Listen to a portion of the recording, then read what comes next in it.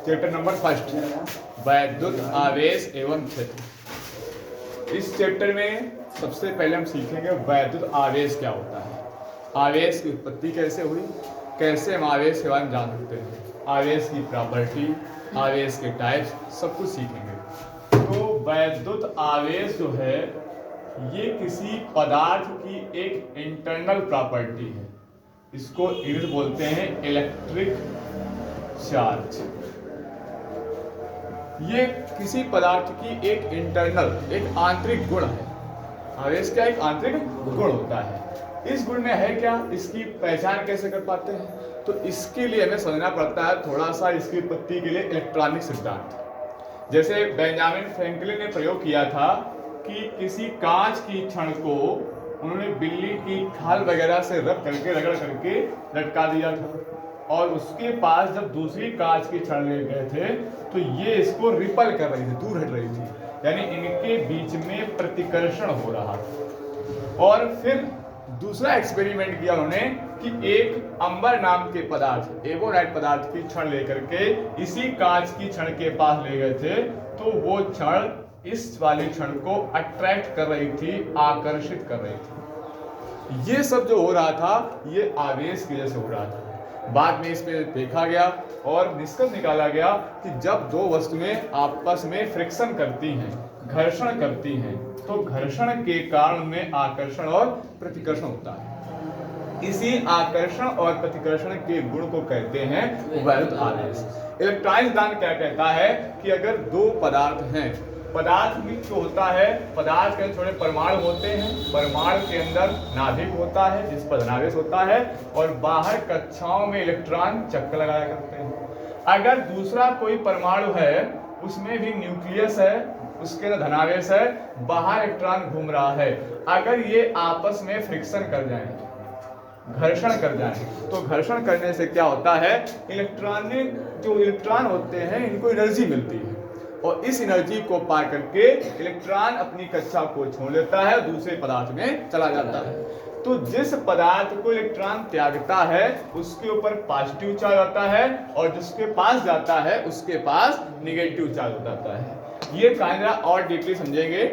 देखिएगा कि अगर मान लीजिए एक हमारे पास हाइड्रोजन एटम है, हाइड्रोजन का परमाणु है। अब हाइड्रोजन का जो परमाणु क्रमांक होता है वो 1 होता है। परमाणु क्रमांक बराबर होता है प्रोटॉनों की संख्या बराबर इलेक्ट्रॉनों की संख्या। अब अगर इसका परमाणु क्रमांक 1 है तो इसका मतलब है हाइड्रोजन परमाणु के अंदर 1 प्रोटॉन है और 1 ही इसके पास क्या है, इलेक्ट्रॉन है। अब प्रोटॉन पर पॉजिटिव चार्ज था, इलेक्ट्रॉन पर निगेटिव चार्ज था। अब यही परमाणु अगर दूसरे परमाणु को आप देखें, क्लोरीन को देखें जैसे, तो क्लोरीन का परमाणु क्रमांक 17 होता है। इसका मतलब ये हुआ कि क्लोरीन के पास 17 इलेक्ट्रॉन हैं और इसके पास 17 ही क्या है, प्रोटॉन है। अब प्रोटॉन पर कैसा चार्ज है, पॉजिटिव चार्ज, इलेक्ट्रॉन पर कैसा चार्ज है, निगेटिव चार्ज। तो देखा जाए विद्युत रूप से परमाणु कैसा होता है, उदासीन होता है। एक प्लस का है, एक माइनस का है, दोनों पर समान आवेश की मात्रा होती है, इसलिए पूरा आवेश मिलकर के क्या हो जाएगा, शून्य हो जाएगा। एक प्रोटॉन का धनावेश ठीक उतना ही इलेक्ट्रॉन पर ऋणावेश होता है, तो टोटल आवेश क्या हो जाएगा, 0 हो जाएगा। यहाँ भी देखें टोटल आवेश क्या है, 0 है। लेकिन अगर इसका इलेक्ट्रॉन निकल के इसमें चला जाए तो क्या होगा, जैसे इलेक्ट्रॉन से निकलेगा इसके पास जाएगा तो इसके पास केवल बचेगा 1 प्रोटॉन, यानी इसमें 1 प्रोटॉन का धनावेश है, ऋणावेश समाप्त हो चुका है। और जब इसके पास आएगा तो इलेक्ट्रॉन इसके बाद बढ़ जाएगा, तो इसमें इलेक्ट्रॉन और बढ़ जाएगा करके, तो यहाँ 17 इलेक्ट्रॉन थे, अब हो जाएंगे माइनस के 18 इलेक्ट्रॉन बन जाएंगे। इलेक्ट्रॉन में कैसा है, ऋणावेश, और प्रोटॉन अभी भी कितने हैं, 17 हैं। अब इसके पास 17 प्रोटॉनों का धनावेश है और 18 इलेक्ट्रॉनों का ऋणावेश है। अब ये उदासीन नहीं है, क्योंकि जब ये आपस संयोग करेंगे तो 1 इलेक्ट्रॉन का आवेश बच जाएगा। 17 प्रोटॉन मिलके ऐसे समझो कि 17 प्रोटॉन इन 17 इलेक्ट्रॉनों को खत्म कर देंगे, लेकिन फिर भी इसके पास इलेक्ट्रॉन बच जाएगा। अब इलेक्ट्रॉन के पास कैसा आवेश है, ऋणावेश है, तो इसके पास एक क्या है, ऋणावेश, इसके पास एक क्या है, धनावेश। इस कंडीशन पे आवेश दिखा जब इलेक्ट्रॉन का स्थानांतरण हुआ। जैसे इलेक्ट्रॉन एक पदार्थ से निकल करके दूसरे पदार्थ में जाता है, एक परमाणु को त्याग करके दूसरे परमाणु में जाता है, तो आवेशन वाली प्रक्रिया दिखती है। इस वस्तु को हम कह देंगे धनावेश, क्योंकि इलेक्ट्रॉन निकाल लिया है, इसके बाद इलेक्ट्रॉन कम हो गया है या इलेक्ट्रॉन त्याग दिया है। इसने इलेक्ट्रॉन को ग्रहण किया है तो इसके पास हो जाएगा निगेटिव चार्ज, इसके इलेक्ट्रॉन संख्या बढ़ चुकी है। तो ये एक इंटरनल प्रॉपर्टी है, ये आंतरिक गुण है। ये हम लोग बोल देते हैं इसको क्या, आवेश है। जब भी कोई वस्तु धनावेशित हो रही है या ऋणावेशित हो रही है तो ये इलेक्ट्रॉनों के आदान प्रदान के कारण हो रही है। जब भी इलेक्ट्रॉन एक परमाणु से निकल करके दूसरे परमाणु जाता है तो आवेशन की प्रक्रिया दिखाई पड़ती है। तो यहां से क्या होता है कि हमने देखा कि इलेक्ट्रॉनों के स्थानांतरण से क्या बनता है, आवेश उत्पन्न होता हुआ दिखाई पड़ता है। एक पदार्थ पर धनावेश आता है, दूसरे पदार्थ पर ऋणावेश। जो पदार्थ इलेक्ट्रॉन त्याग देता है उसके पास धनावेश, और इलेक्ट्रॉन ग्रहण कर लेता है उसके पास ऋणावेश। तो इसी प्रकार से आवेशों को दो प्रकार से बांट दिया गया। आवेश कब उत्पन्न हुआ, जब दो वस्तुओं का फ्रिक्शन किया गया, रगड़ा गया आपस में। तो हम कह सकते हैं कि जब दो वस्तुएं आपस में घर्षण करती हैं या किन्हीं दो वस्तुओं को हम रगड़ते हैं तो रगड़ने पर उनमें या तो आकर्षण हो सकता है या फिर प्रतिकर्षण। अगर दोनों वस्तुएं समान प्रकृति के आवेश से आवेशित हैं तो उनके बीच प्रतिकर्षण होगा, और असमान प्रकृति के आवेशों से आवेशित हैं तो उनके पास क्या होगा, आकर्षण होगा। इन दोनों प्रॉपर्टी का नाम दिया गया है आवेश। ये किसके कारण संभव हुआ है, आवेश के द्वारा। कि जब हम किसी वस्तु को घर्षण करते हैं या रगड़ते हैं तो उनमें आकर्षण और प्रतिकर्षण का गुण उत्पन्न हो जाता है, जिसे वैद्युत आवेश कहते हैं। अब बात आती है आवेश कितने प्रकार के होते हैं। आवेश के प्रकार, जिसको हम इंग्लिश लिखेंगे types of charges. Types of charges. आवेश कितने प्रकार के होते हैं, तो कंटिन्यू देखा हमने कि एक वस्तु पर धनावेश आ रहा था, दूसरी वस्तु पर ऋणावेश। तो आवेश दो प्रकार के होते हैं। एक आपका धनावेश होता है जिसको हम इंग्लिश कहते हैं पॉजिटिव चार्ज। पॉजिटिव चार्ज, इसको शॉर्ट में ऐसे कहते हैं हम पॉजिटिव। दूसरा हमारा होता है ऋण आवेश। ऋण आवेश, जिसको हम इंग्लिश बोलते हैं नेगेटिव चार्ज। इसको शॉर्ट में ऐसे भी नेगेटिव लिख सकते हैं। तो दो प्रकार के आवेश हो गए, धनावेश और ऋणावेश। इस पूरी विद्युत की जो प्रक्रिया प्रारंभ होती है वो आवेश से ही होती है, इसलिए हम आवेश को बहुत डीपली समझा रहे हैं। अब क्या होता है, आवेश की कुछ प्रॉपर्टी भी है। जैसे आवेश के बारे में पहले समझेंगे कि आवेश की यूनिट क्या है। फिजिक्स में यूनिट का बहुत बड़ा महत्व है। तो आवेश का यूनिट रखा गया है वो कूलाम है। आवेश का जो मात्रक होता है वो आवेश का मात्रक होता है कूलाम। आवेश का मात्रक क्या होता है, कूलाम होता है। अब ये कूलाम हुआ क्यों, क्योंकि आवेश के बारे में जो आगे प्रक्रिया बताई है वो सब कूलाम ने बताई है, इसलिए वैज्ञानिक मात्रक के नाम के आधार पर आवेश का मात्रक दिया गया कूलाम। आवेश का मतलब कूलाम हो गया। कूलाम एक बड़ा मात्रक है, इसके छोटे मात्रक भी होते हैं। जैसे आपका एक माइक्रो कूलाम होता है। एक माइक्रो कूलाम को हम शॉर्ट में म्यू सी पढ़ते हैं। म्यू से माइक्रो, सी से कूलाम। एक माइक्रो कूलाम में 10⁻⁻6 कूलाम होता है। एक छोटा इससे और होता है पिको कूलाम। पिको कूलाम भी इससे छोटा होता है, वो होता है 10⁻12। अब भारतीय राशि कैसी है, तो आवेश एक अदिश राशि है, इसमें सिर्फ और सिर्फ परिमाण होता है, दिशा नहीं होती है।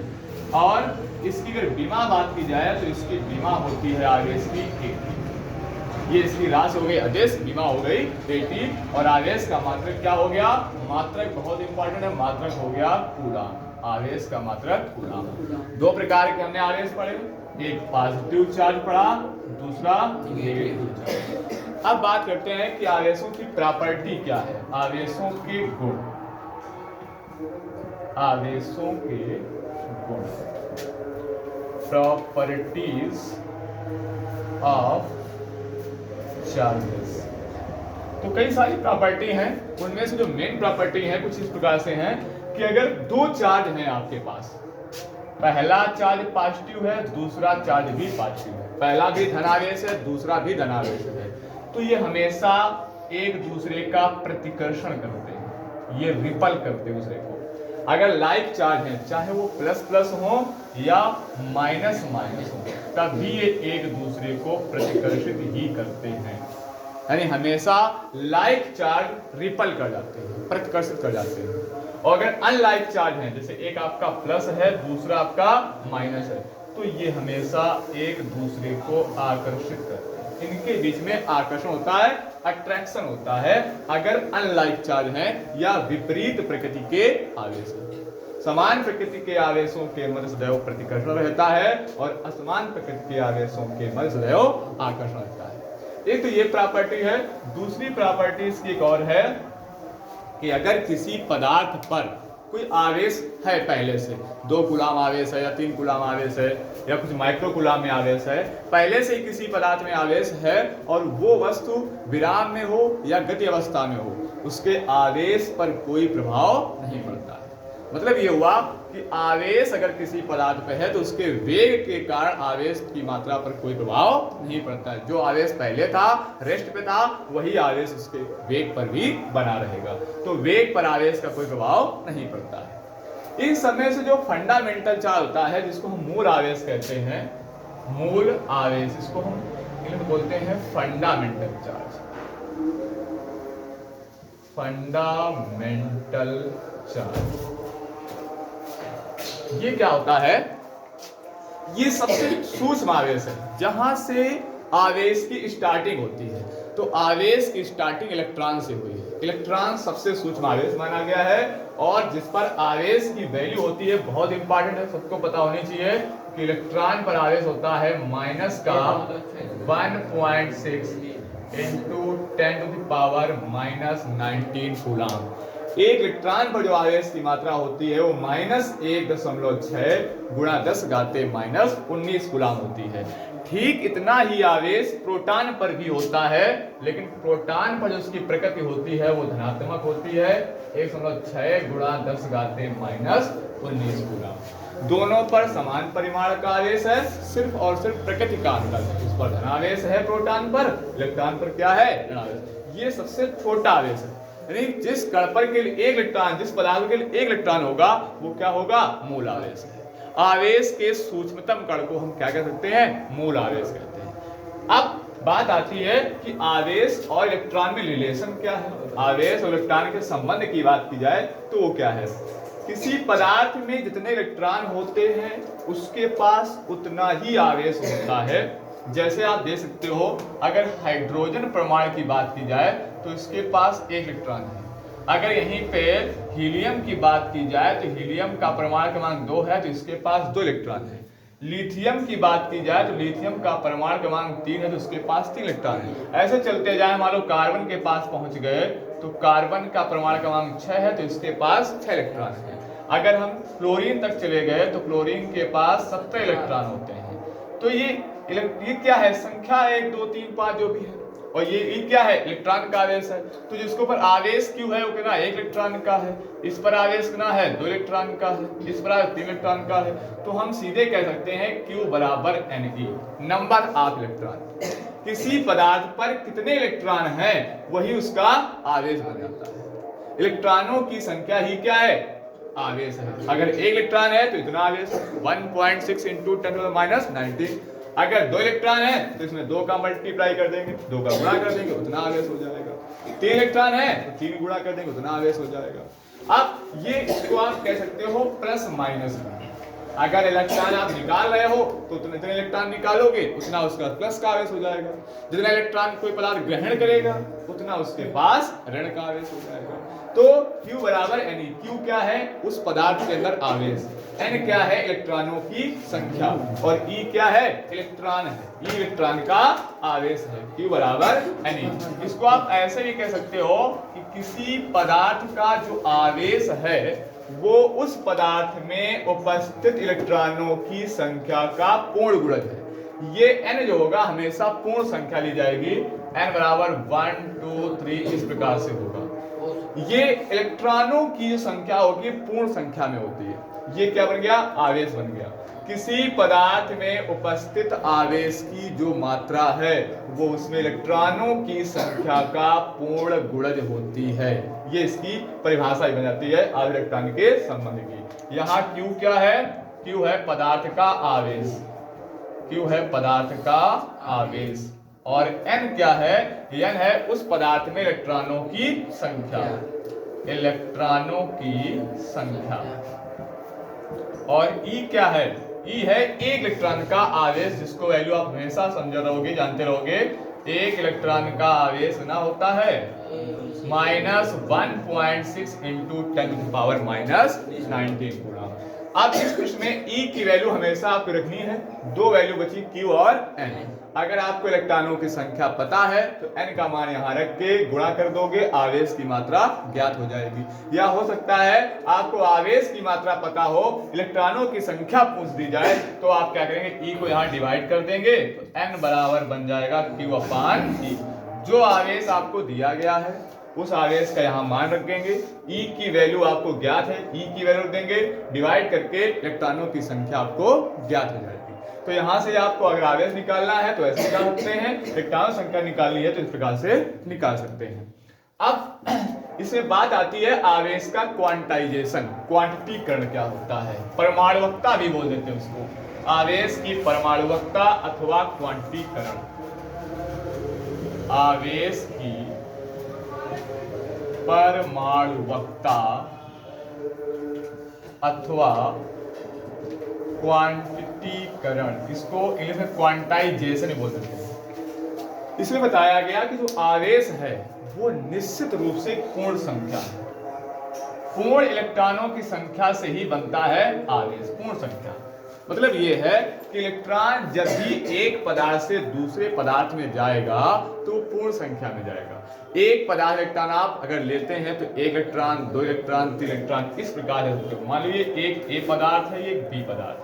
अगर ये इसको इलेक्ट्रॉन प्रोवाइड करेगा, देगा, तो एक इलेक्ट्रॉन दे सकता है, दो इलेक्ट्रॉन दे सकता है, 10 इलेक्ट्रॉन दे सकता है।